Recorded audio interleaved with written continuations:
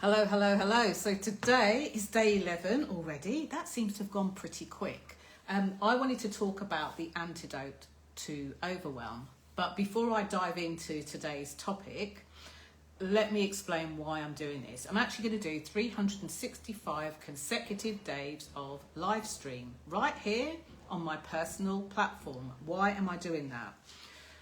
A few weeks ago, I had a few discussions with various people about stuff, and one of the things that I'm about to do in my life, I would like to document the journey. Have you ever had, hey, it's 𝗙𝗶H, hello. Have you ever had people say when you're doing something in life, oh, enjoy the journey, or make memories and all of that kind of stuff? Well, this kind of is a tailspin off the end of that. And I really wanted to document my life journey, but here's why I'm doing it on my personal page. I'm doing it on my personal page because, as well as my friends of today, I've also got business connections on here. I've got school friends on here. I've got people who have known me since I was this big. You will be able to see, I hope, that sometimes stuff gets put out there on the internet and it's just fabricated or massaged to look a certain way or positioned to look a certain way. But when I'm broadcasting this to a page where people I went to school with, who knew me back then, people who grew up with me, people who babysat me, people who have worked with me, as in when I was an employee and we all worked for the same company, I hope that this gives some kind of sense check that I'm not just coming up here and making stuff up, because there is a lot of that on the internet, let's just be clear. The other reason that I'm doing this is because all of our lives contain the good, the bad and the ugly. And whilst I wouldn't want anybody to wallow or dwell in feeling bad about themselves or about other people for any extraordinary length of time, I want to share things that have come up. So every time I get an idea of something that I'd like to share, it's usually from something that's happened in my life recently, very recently, or a little while back. I make a note of it. And then sometimes I go to show up live and there's something pressing on my mind, like I think it was on Saturday where I'd received some particularly bad customer service, and rather than name and shame people, I just wanted to explain the ripple effect, the negative ripple effect that could have. So today I wanted to talk about overwhelm, or knowing what we want, and that being an antidote of feeling overwhelmed. It's really funny because so many people that I speak to will say, oh, I'm so overwhelmed at the moment, I've got so much to do, but I'm really overwhelmed and I can't do any of it. To me, there's a difference between having a lot to do, being busy, which we can accidentally or inadvertently create ourselves, where we're just busy for no reason. See yesterday's Clean Sheet Sunday video, which talks a bit more about that. But then sometimes we can have a to-do list, and whenever I've gone through a to-do list, with a client or even a friend, I've actually seen there are things that they can take off that to-do list. It's not under their control. It's not something that they can contribute about. So I think it would be remiss of me not to mention something that came up quite recently. One of my lovely, lovely friends and I have been talking about it behind the scenes, but also I have been involved in a number of discussions over on LinkedIn where people have been talking about element of this particular thing. It's the same thing.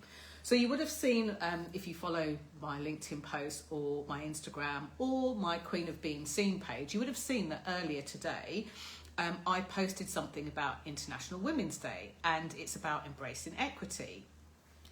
What I find quite astounding is a lot of people are either embracing equity or they're wanting to embrace equity, but they're not actually doing anything about it. So rather than rant, and trust me, I could rant on this subject, think about it. When people post up those lovely memes, be the change you want to see or want to be, and then don't be the change that they want to see or want to be, or don't advocate for somebody else, to me, that's pretty pants. And any of you that know me well will know that I don't do all of that rubbish, So not last week, just I think it was the week before last now, I read a post on LinkedIn, and it was from somebody whose pronouns are they, them. And they were talking about how often they get hauled up when there's a special LGBTQ month or day or something like that, and how they get rolled out in front of audiences. Please speak about this topic. We really want to be an ally. We want to advocate. We're learning and we're listening and we want to know. Yet behind the scenes, they expressed in their community how badly they get treated. And in that discussion, we were talking about ableism. There are people who have various disabilities, and they talk about how they get made an example of and rolled out and wheeled out. So I've seen that. I've seen the whole thing around gender and non-gender, non-binary. We see it now. It's Black History Month in the US. Everyone starts coming to me and asking me to speak about diversity and inclusion. Hello, I speak about visibility. And whilst my work is diverse and inclusive, it's not my subject matter. And, a friend of mine was sharing how they saw something that was, spoken about for International Women's Day. And considering that it was embracing equity, it didn't even embrace equity. And what's really hurtful and harmful is when people decide that they're going to say, you know what, I just wanted to let you know, you're talking about painting the sky red and you've got a picture of the sky that's green. When you're in essence told to go forth and multiply and jog on, when you bring that up, it's not the person bringing it up doesn't have the issue. The person who's refusing to listen, refusing to be the change and refusing to hear has an issue, because they've been pointed out about a blind spot. They haven't seen it. It's a blind spot, clearly. Everyone else seems to be able to see it apart from them. And they choose, A, to do nothing about it, B, to demonise the person telling them, and C, to carry on regardless. That isn't equity. Like, look it up in the dictionary. And the reason why I think this has a real good synergy with overwhelm is because behind the scenes, especially if it's a speaker panel, whether it's an online thing, whether it's an in-person event, a masterclass, it could be an online course that you might be trying to promote, it could be your company that's trying to get speakers in for it. You'll be doing a lot of work to get a lot of people to hear what you've got to say. And that will in itself bring a big to-do list, and it will feel overwhelming, and the person organising it won't even know why they feel so overwhelmed. And the reason is because they're not in alignment with the message that they're sharing. And worse still, when somebody or people try to express this, they're shut down and not listened to. Yes, if you're the host or the organiser, you will feel overwhelmed. So this morning, I've been invited to speak at, on International Women's Day at an event, and I have to say that I was actually booked for that event last year. This wasn't a lastminute.com, this wasn't a tick boxes. I spoke for this particular organisation. They really liked what I said. A lot of their members and the people who heard me originally liked what I shared, and they wanted to hear more about my topic, visibility. They're not coming on and asking me to get naked and share, the prod and pokes of my life. They're not asking me to share equity and diversity and inclusion. They're not asking me to black up a bit just to, have all the numbers right. And I know of quite a few other events that are going on around International Women's Day, and that's just one thing. We could be talking about Black History Month in the US and the UK. We could be talking about LGBTQ month or week or day or Pride. We could be talking about the conversations around certain religious festivals, whether it's Eid or whether it's Diwali or whether it's Easter or Christmas.